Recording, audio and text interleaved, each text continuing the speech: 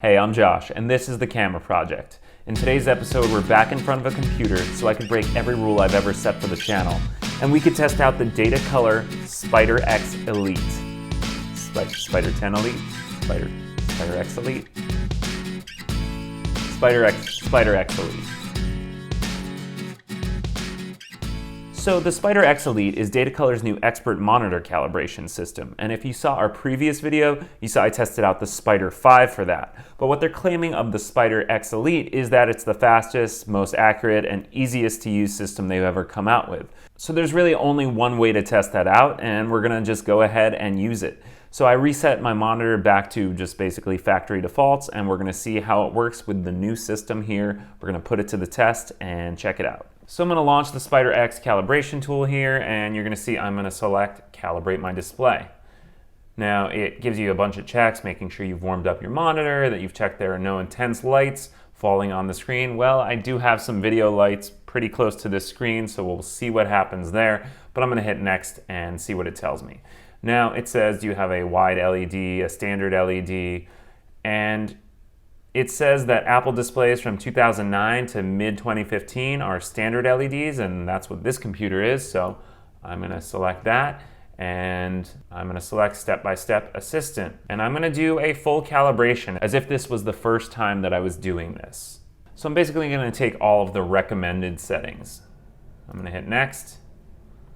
All right, so it says to place your Spyder here, which I'm going to do, and the little trick to this with the iMac is you basically have to set it up, get the counterweight behind your monitor, set it up to about the right length, and then you wind up having to tilt your screen back so it lies flat. So yeah, I'm gonna hit next, and it's gonna tell me to update my screen brightness. Now I found the easiest way to do this is to actually go into System Preferences and Displays and use this brightness as opposed to the keyboard, because using it this way is a little bit more granular, whereas the keyboard does it in larger increments.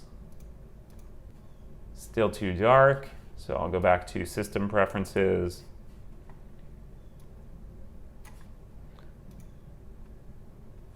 And basically I'm just clicking Update to remeasure. I'm getting really close now. Maybe I can just get a hair closer, even though that's probably totally acceptable where I have it. That's pretty damn close. All right, so the target was 120, I have it at 121. I'll try to get that extra 1%. All right, well, it's 119 now, so let's just stick with it.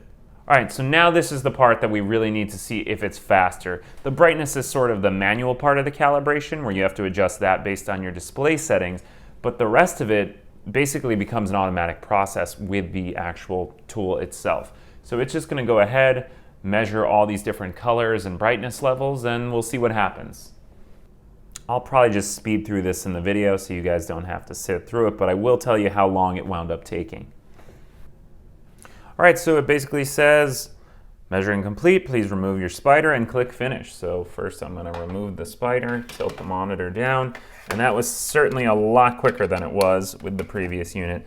And I'm gonna click finish, and it's gonna ask me to name it. I will just name it Apple iMac with today's date at the end.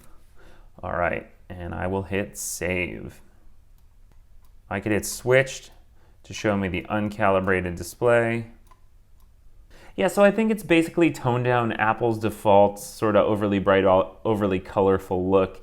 And really more than anything, it's giving you a tool set so that there's a standard if you have a laptop and a desktop, if you have a printer calibration, which this can do as well, you need to have some sort of standard that you can go by, and this lens is helping you do that.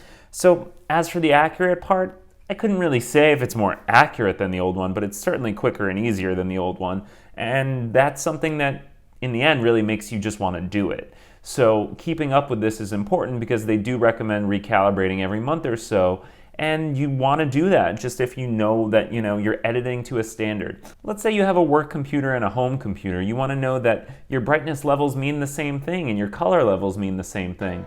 So having a tool like this is really great, and I thank Datacolor for sending us a tester so that we can share it with you guys.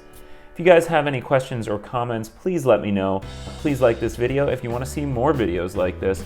We hope to test out more video accessories and things like that, and hopefully we'll bring you guys more videos in the weeks to come. See you guys soon.